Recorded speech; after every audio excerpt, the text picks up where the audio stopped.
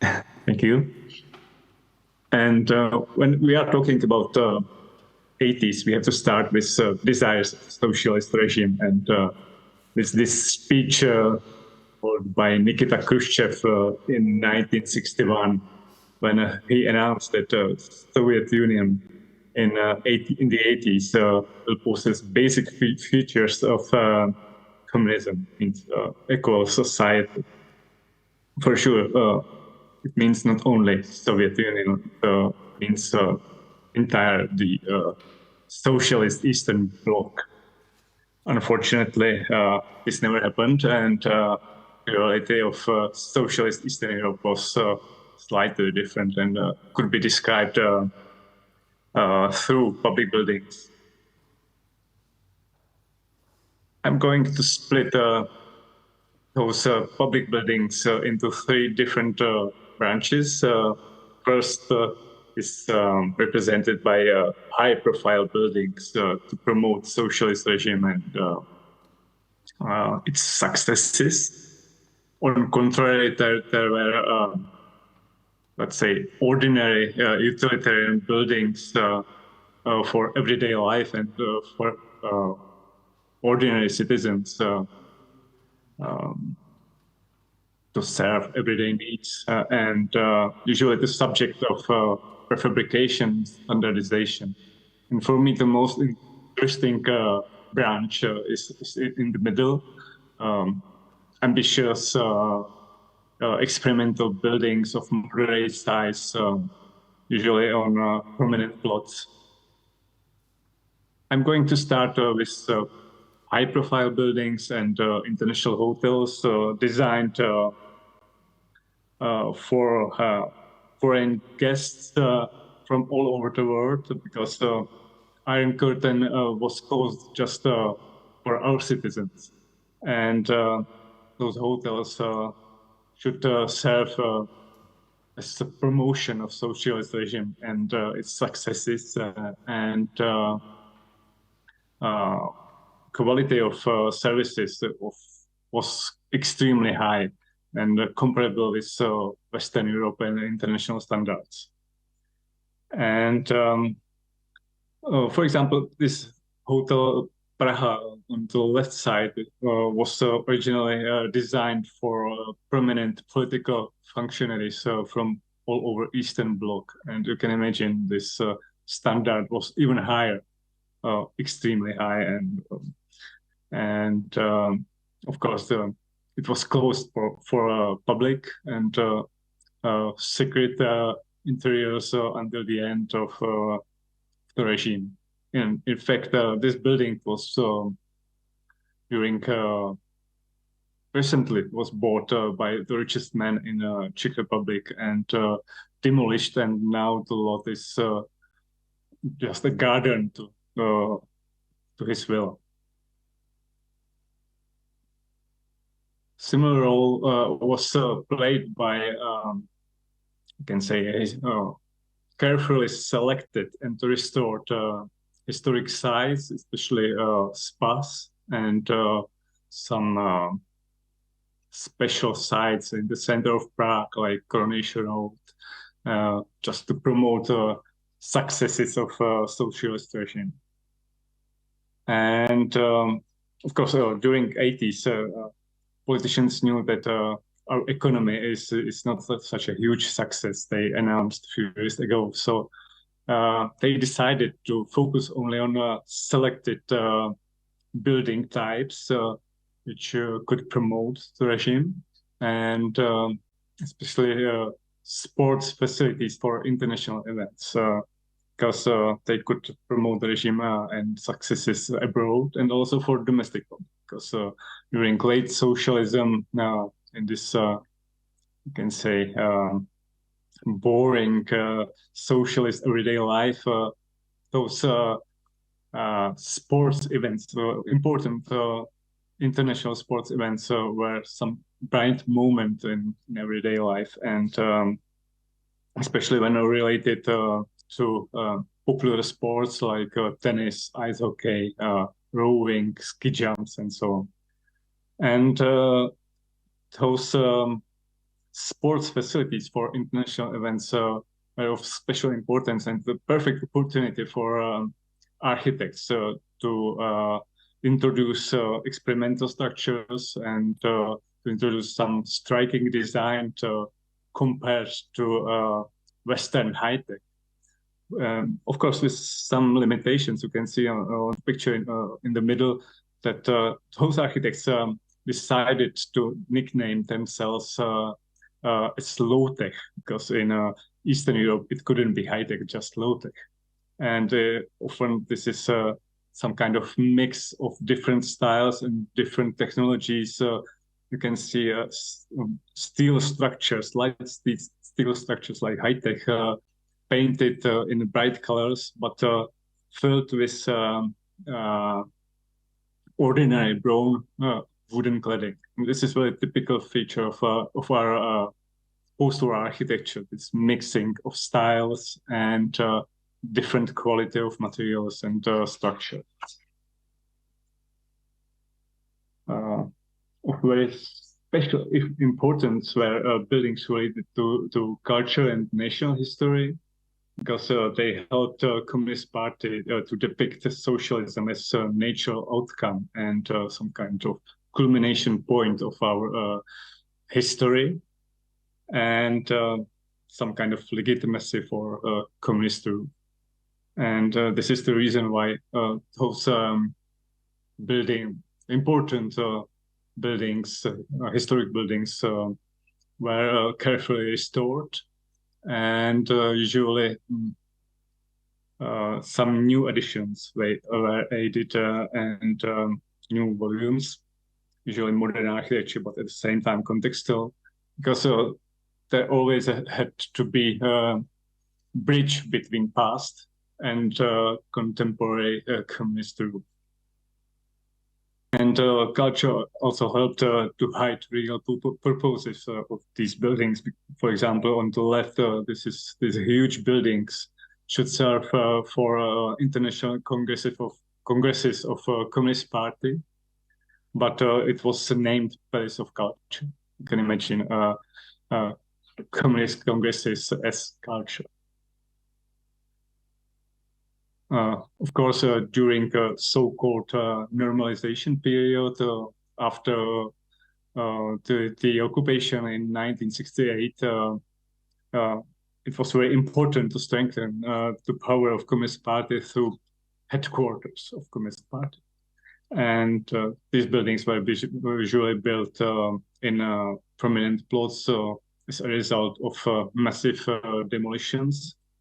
Usually designed by top local architects, but surprisingly with just standard budgets. So those impressive designs were applied only on facades to impress public, and sometimes in foyers.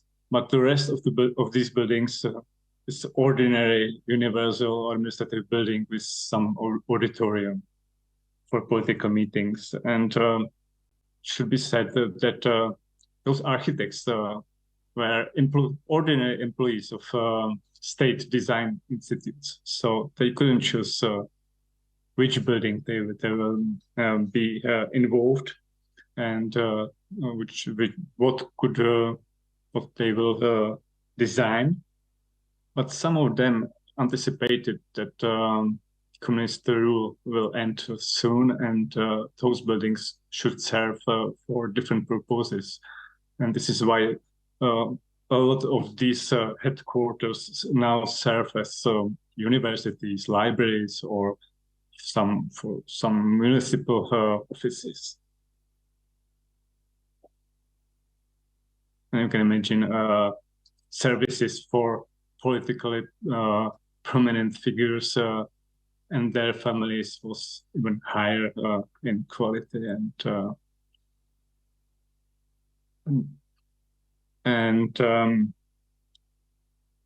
of special importance were infrastructure buildings, because they were promoted by media as advanced architecture compatible with Western Europe, and Of course, opening ceremonies served as a great opportunity for functionaries.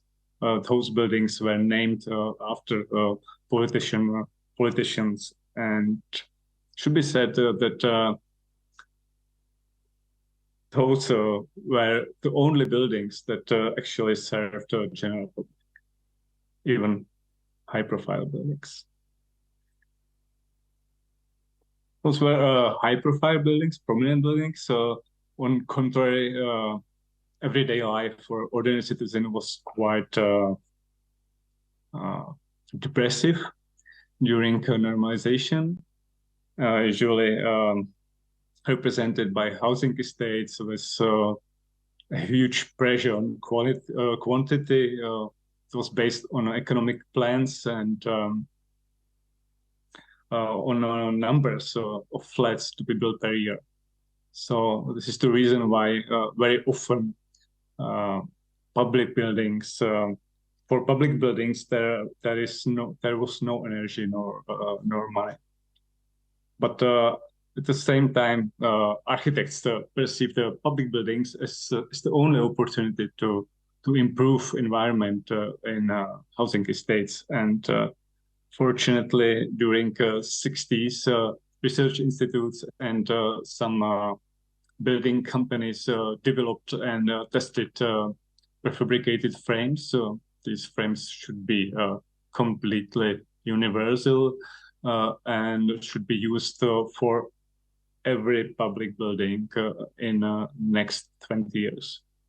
Actually, 3 of them were introduced into mass production, and you can find those 3 frames all over Czech Republic during 70s and 80s.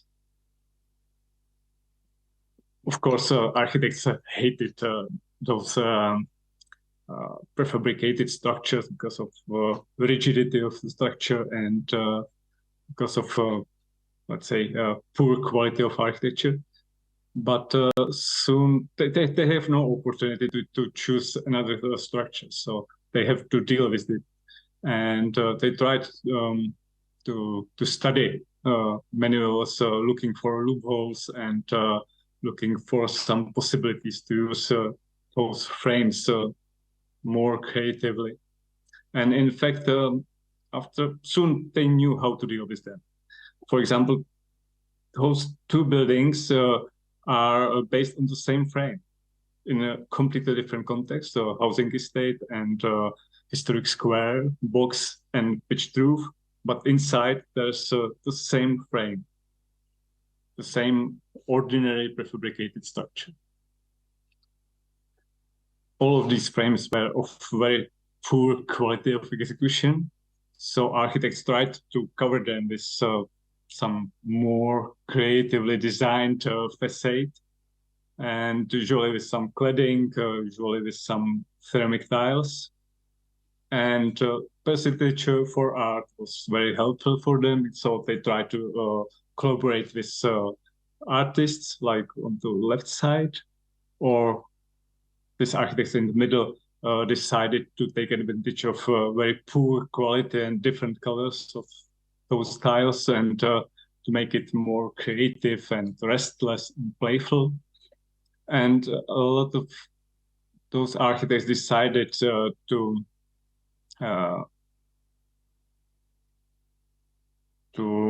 use tiles intended for different purposes. For example, on the right side, those tiles were developed for swimming pools, and those architects used them on facade. For young architects, those prefabricated frames or prefabricated structures was the only opportunity for if they wanted to design public buildings or humanize housing estates. So they tried to cover them with some paints, some colors, or to cover them with steel or wooden profiles, and with some forms like loggias, portals, towers, to make it more familiar and more human to locals. and especially those small public buildings in the middle of housing estates were of very special importance. So you can see in the middle there's a scrapyard, ordinary scrapyard assembled from panels, but at the same time it's perfect human public building in the middle of housing estates.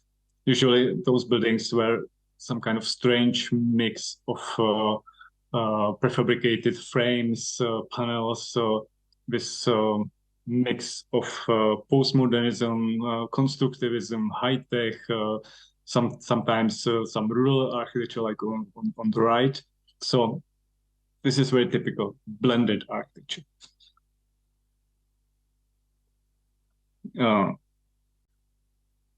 Standardization was successful only in case of a small sports hall. You can see this is a really good architecture spread all over Czech Republic, and most of these buildings are still in use. Of course, sports buildings of moderate or middle size are usually a perfect opportunity for improvisation and for experimentation, especially with large span constructions. And sometimes it was perfect opportunity for some new challenges like sustainability. On the right side, you can see swimming pool in Tachov, which is shaped according to sun. On south facade, there's a trombe wall. On north facade, there is a huge, massive insulation on the roof. There are solar panels, and it still serves perfectly. So in the 80s, sustainable architecture.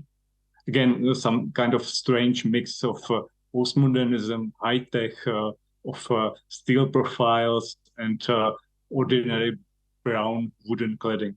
So significant for architecture. And similar example is culture houses. Every culture house was completely different. They served for political meetings and controlled culture, but at the same time, so those buildings are still in use. So they are usually some kind of landmark and social hub in small cities. And again, these buildings could serve as experimentation. On the right side, there's again a building with solar facades.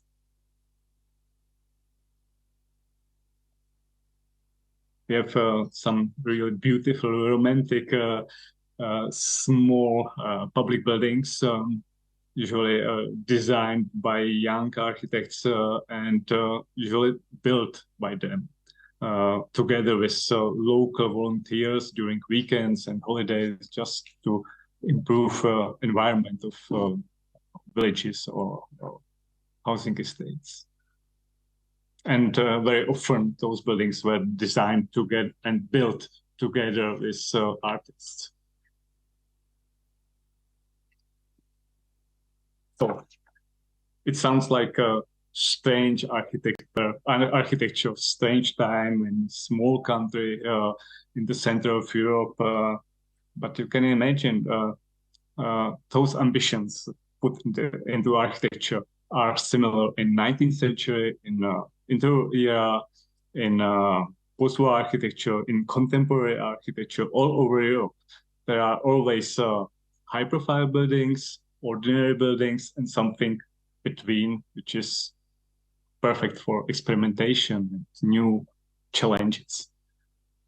And I think we have to focus on these buildings because high-profile buildings are usually protected, usually well-maintained, usually under control, political control, social control. Those utilitarian, ordinary buildings usually casually served until some renovation or demolition is needed. But those middle-sized buildings, experimental, more ambitious in prominent plots, are very special for local communities and for architecture. and perfect opportunity and commitment, of course. So how we deal with them? Not really good. In fact, those buildings are still too big for contemporary lifestyle, and a lot of them are empty or were privatized. A lot of these buildings are too expensive to maintain or to use them. So owners help themselves through some commercial activities, regardless of original authentic architecture qualities or values. Maintenance is done step by step. With cheap products, low budgets, and without knowledge of architecture qualities or values we are dealing with. And I think this is extremely dangerous, because when you change the building slowly, step by step, something is missing, something is diluted, and nobody will remember original state and qualities. You can imagine public space is not perceived as an integral part of those buildings. And for renovation, we usually use some certificated, smooth, contemporary facades, of course, without evaluation how much energy is needed for production of new facades, and how much energy consumption is needed for demolition, and so on. And it's just the only way we do it, because sometimes it's on purpose, because we want to erase all vestiges of communism. And a lot of these extraordinary structures have already been demolished, of course, like everywhere. Of course, we have some positive examples, more or less positive, like those with original functions, usually with some new facades, copies of original facades, and this is just usually some coincidence. Like, for example, on the left, there's a research institute which is protected. Original architect was involved in a renovation, and this institute is very rich because they have some money from licenses and some research. And Czech Technical University campus is similar situation, because during reconstruction works, white sector was a historian of modern architecture. Actually, my supervisor and my dissertation thesis was focused on the building, so they knew qualities they are dealing with. Of course, we have some examples of new use or reuse, and I think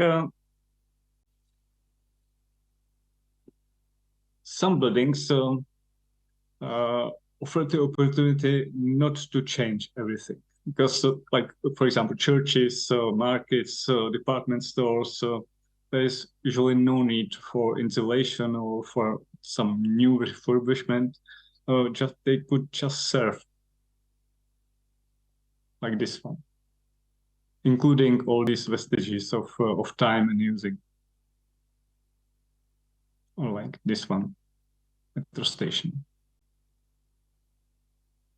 And for me, most important moment is that young people and communities gradually adopted those buildings, and now these buildings are not perceived as, for young people, as communist heritage, as interesting buildings that could just serve communities.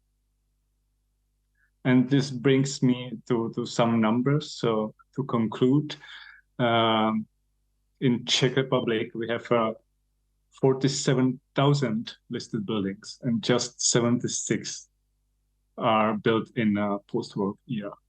And most of them are built in Stalinist 50s. So there's a gap in our protection. And we can talk about wasting. In Czech Republic, about 22 million tons of construction waste are produced per year. It means a wall with thickness of 1 meter and height 7 meters around all the border. Every year, just 1/4 is recycled. You can imagine that if post-war architecture is very important heritage, it's almost half of the building stock. So we have to find some strategies how to reuse it or how to use it. And maintenance is quite poor. Just 1/4 of investments into construction works. Most of them are new buildings. Czech Republic is quite successful and responsible with the highest possible ranking in strategies for sustainability. We have this dark green in the middle of Europe, but in fact, it's focused mainly on residential buildings. You can see it on the right side, that public buildings, there are almost no strategies. And in case of residential buildings, it means usually insulation, new windows, and new heating system. That's all. And if this is the highest level of strategy,